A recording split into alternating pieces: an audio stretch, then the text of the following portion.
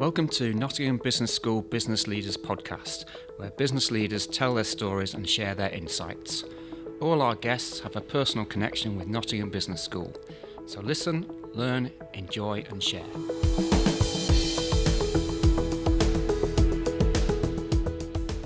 Welcome to another episode of the Nottingham Business School's Business Leaders Podcast with me, Mike Sassy.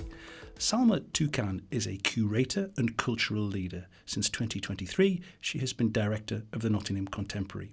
During her career, she has worked with international galleries and arts organisations all over the world. For 8 years, she was the inaugural curator of Middle Eastern art at London's Victoria and Albert Museum.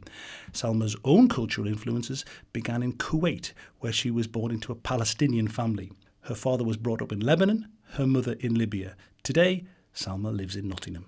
Salma Tuqan, welcome to this episode of the Nottingham Business School's Business Leaders Podcast. Thanks, Mike. It's a pleasure to be here. Great stuff. So you've been in Nottingham for 2 years now. How have you found the city? Yeah, we've loved it. So I moved with my husband, who's Guatemalan. We moved to Nottingham 2 years ago. And as I was saying to you beforehand, I think we found that actually the easiest part of all of this job has been moving to the city. It's just been incredibly generous to us. There's a lovely community. The cultural ecosystem here is completely interdependent and very open and kind.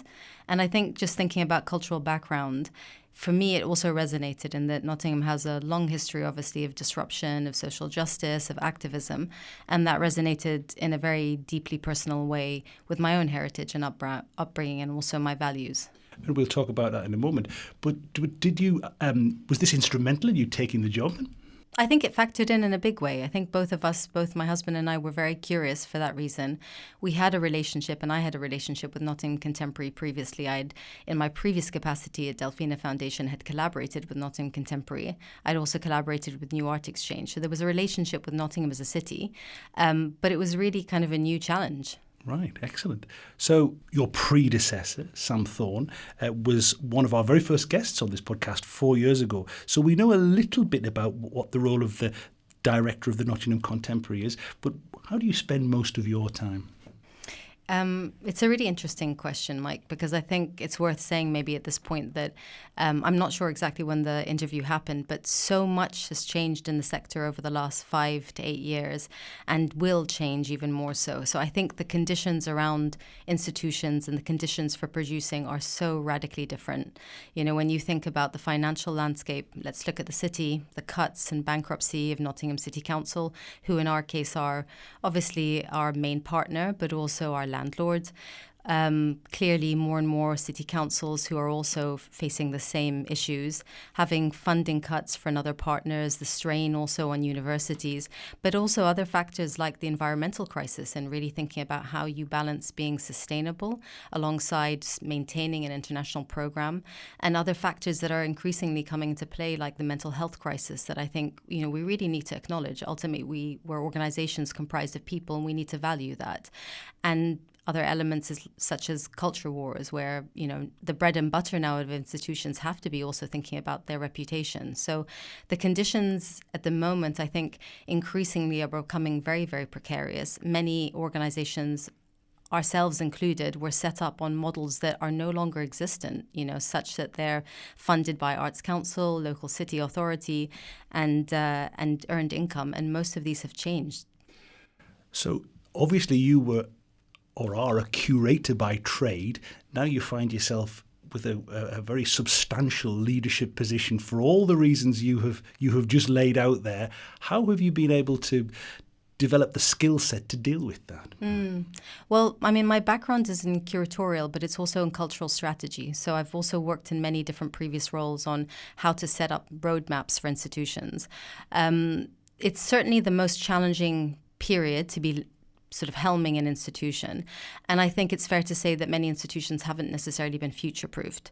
So, you know, it's sort of interesting conditions to sort of find an organization to think it through. But at the same time, maybe looking at also my own background, I come from a part of the world where it is a luxury to have, an arts council. Many of the countries that I, from the region don't have an arts council and have to rely on really thinking in very resourceful way. So I'm a big believer in actually being agile and nimble. Having said that, I think it's fair to say it has certainly been a big learning curve over the last 2 years. And some of it has been very challenging, but I think that's where mindset and mentality and looking at sort of challenges as opportunities is really fundamental. So you just hinted upon there, you started talking about your own history and heritage and where you come from and what how actually, we should be quite lucky to know what we have there. Just explain all that. Well, I'm Palestinian. I come from a part of the world, the Middle East, where in some countries there's a huge amount of infrastructure, but in plenty of others there aren't any, perhaps arts councils. There's not a huge amount of private giving. So people have to be really resourceful in their approach.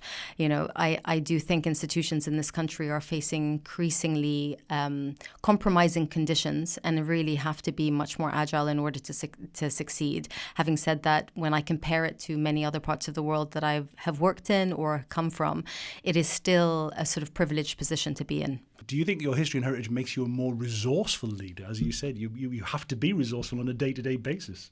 I would like to think so. I think we're all work in progresses, and I've learned a lot over the last 2 years, and I'm sure I'll learn more in the kind of period coming up. But I think in terms of attitude and approach, maybe that has been shaped by my reality, but also perhaps my upbringing as well. I do fundamentally believe actually in people, and that has kind of carried through my whole career, and it certainly leads into my leadership style. And I do believe that there's a lot of opportunities and challenges, and really it's a case of kind of attitudes and really thinking about opportunities that are embedded in some of these. Okay. So I read something that you wrote where you said that you was perhaps slightly envious of people who had a strong sense of upbringing to a single place. So how has that kind of that feeling where your upbringing taken you all around the world? You've been here, there, and everywhere. You've now landed in Nottingham. You love the place, but how has your background influenced your leadership? In a very, very big way. As a Palestinian, I think in terms of my own experience in the Palestinian condition, which is, living in a world where your identity and your essence and existence is constantly under threat of erasure. That's contributed hugely to a very strong sense of identity, but moreover, on principles that I feel very strongly about and that are very integral to my identity, which is centered really in equity, in honesty, in transparency, and in also social justice. So that really lends itself hugely to the principles that I believe in leadership, which is ultimately really about community, and it's about people. You can only really succeed. Your strength really is the sum of your parts. You've been a curator for 2 decades. You started out, as I say, curating after you graduated. It's obviously where you wanted to take your career. Now you're moving into a senior management leadership role. What do you know now that you wish you'd known when you started? That's a really good question. Because there's a big gap, isn't there? There's a big difference. In some ways there is and there isn't. I think in the sense that you're always sort of hacking and adopting skills along the way. And I think to be a curator is not in the sort of purest sense, is really thinking about project management. It's relationship building. It's thinking about collaboration. It's also fundraising. All of these elements that are integral are, comprised of a kind of multitude of skills that you need. And I've gone from, the V&A was a huge organization. My job just before I joined Nottingham Contemporary was in a very small organization called Delphina Foundation, but a hugely agile organization. What's the thread going through these things? Because you're right, you've moved on from, you talked about hacking skills all the way through there. What is the thread that has taken you through this path? I think it's really focused around supporting people, and really creating spaces. The V&A, as you said, it was an inaugural role. It was the opportunity to really shape how the Middle East or how the V&A engaged with the Middle East and embed it across the institution, whether that be through commissioning, placing works, developing exhibition program, innovating new programs coming out of that. Delphina Foundation really came from a desire, was an organization I really believed in and still believe in. Tell us a bit about it. It's a non-profit organization that's comprised of about 7 people that ultimately is supporting residencies for international practitioners, be they artists, designers, writers, curators from all over the world, and also an exhibition program alongside that. But ultimately, it's about supporting people and really, acting as an incubator for practitioners. And you're having to raise money, which is tough, isn't it? I mean, that's what your job is, isn't it? Well, I mean, I think that has also been a strand of all of my roles. Whilst I was at the V&A, in order to develop the projects that I wanted to do, including developing an acquisition policy, I've always understood that has to be a part of it, and that there's also creativity in fundraising. But that's tough, isn't it, in this environment? I would say it's challenging, but I also think it's exciting. Looking at something like Nottingham Contemporary and comparing it perhaps to something like Delphina Foundation, we were always very aware in Delphina Foundation about how to create a diversity of income streams and not be so wholly reliant on one source. And I think all of us across the sector have seen how fragile that can be when you're confronted by a pandemic, when you're wholly reliant on one source of funding. At Nottingham Contemporary, a huge amount of money, funding that we get is actually from the Arts Council, and it's essentially public funding. And whilst that's fantastic and it's something that we feel very strongly about, they're our key partner, I do believe it's important to diversify income streams. And I think there's entrepreneurial avenues in which we haven't really tapped into or haven't really thought through. For example, one of the areas that we're looking into at the moment in the institution is understanding that we don't have that many physical assets to be able to hire out, but really thinking about the creative capital that exists within the team. We have a hugely skilled team that have skills from project management to learning, marketing, technical support, and so much international experience. And we have a network out there. So how do we really think through potential consultancy opportunities where we're actually capitalizing on that knowledge, that know-how, and the work that we're already doing? So I think there's a huge amount of potential in that. You clearly love what you do. I do. And I don't expect you to apologise for it, but I'm just going to say, do successful leaders need to absolutely love it? Is it something that you have to do by choice rather than saying, look, I just want to be in charge? Well, you're probably better versed at answering that question than me. I think you've probably had many kind of leaders come through that. But I think at least in our sector, there's, we have a very passionate workforce. People love what they do. They're hugely motivated. And some of the conditions are not the most sympathetic. The kind of pay within the art and the sector is challenging. Of course, we have a cost of living crisis. It's all of these elements, but people love what they do. And I think it's important to create learning and development opportunities and to be as ethical as possible in terms of how they're compensated as much as institutions can. Is there a balance that you have to achieve? Because you've been talking about all kinds of ideas and entrepreneurial notions, things that you have to do to keep the lights on, as it were. But, and yet people are there, as you say, because they love it, because they love the art, they love the sector, they love what they do. And you're always having to keep one eye on the balance sheet and say, come on, we're not going to survive unless we're doing this. So is there a balancing act to be had there? Definitely. There's definitely a balancing act. There's a balancing act between really also thinking about the workforce and the pace at which we're developing things and how much we're doing as an organisation, maintaining our deliverables to our key stakeholders like the Arts Council in terms of our principles, and at the same time really thinking through the ambition of the organisation and upholding its profile, the commitment to the city. We're also really aware of the effect that the bankruptcy has had on all of our city residents. And the role of institutions is also changing with that in mind. We're not only a space to encounter art, we're also a key, gathering point for the community. We're also a warm hub with the cost of living crisis. We're also a space for new arrivals entering into the city. I mean, you're taking on a lot of responsibilities there. And I think that's a good note that you raise, because I think on the one hand, institutions like ours are taking on those responsibilities, and many of those responsibilities generally do sit with the government. They're part of social services. There is a balancing act to be had. We can't be everything for everyone, but I think we feel a very strong civic sense of responsibility. So now we're going to take a quick break from our chat to mention the MBA programs at Nottingham Business School. As we've learned from many of our guests, effective business leadership is about confidence, adaptability, and thinking strategically. These are the key ingredients to delivering innovation and impact in crowded, competitive markets. So if you are ready to transform your career, visit ntu.ac.uk/MBA to explore the MBA programmes at Nottingham Business School. We're one of only 1% of business schools worldwide who hold the prestigious Triple Crown accreditation. That's ntu.ac.uk/MBA to find out more. Now back to the show. Okay, I come back to it again. On one hand, you're evangelical about what you do, but you are a business. You have to raise cash, but by the same token, you've got this social dimension where you're propping up certain elements of the community. Well, we're a charity, but I hear you in that we do need to be attentive. We do need to understand the importance of being financially sustainable, and that's one of the kind of key principles. We've been doing a lot of work as SLT or senior leadership team over the last 4 or 5 months on developing a business plan, thinking through till the end of the decade, which is particularly thinking through how do we future-proof the organization.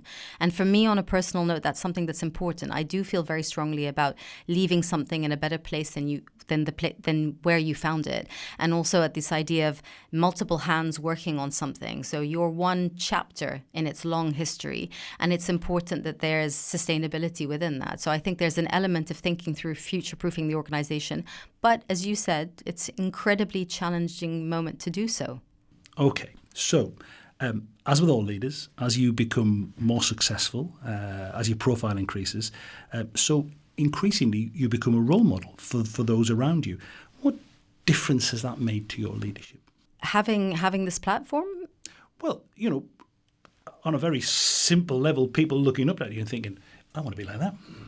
To be completely frank, I don't think it's had a huge impact. Is it something you recognise, or is it you don't? No, I do recognise that, but I don't think on a personal note it's really fundamentally changed the way that I operate, and that's partly in that I've been raised in a household and in a community that believes very strongly in the principles of generosity and about supporting people. So looking back at your previous question, that has been a thread in both my career, but also what I believe in, which is always amplifying, always creating space for others. I think the main difference here is that I'm aware that I have a bigger platform, and I have become, through this role, my previous role, I've had a bigger platform in which to do that. And I take that, I acknowledge that.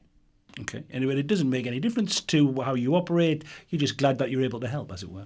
No, it doesn't fundamentally change because it stems again from values, which is really about, irrespective of whether I had a platform or whether I don't, it's really about trying to create space for others and trying to support people. And I think that's a fundamental characteristic and value I've had.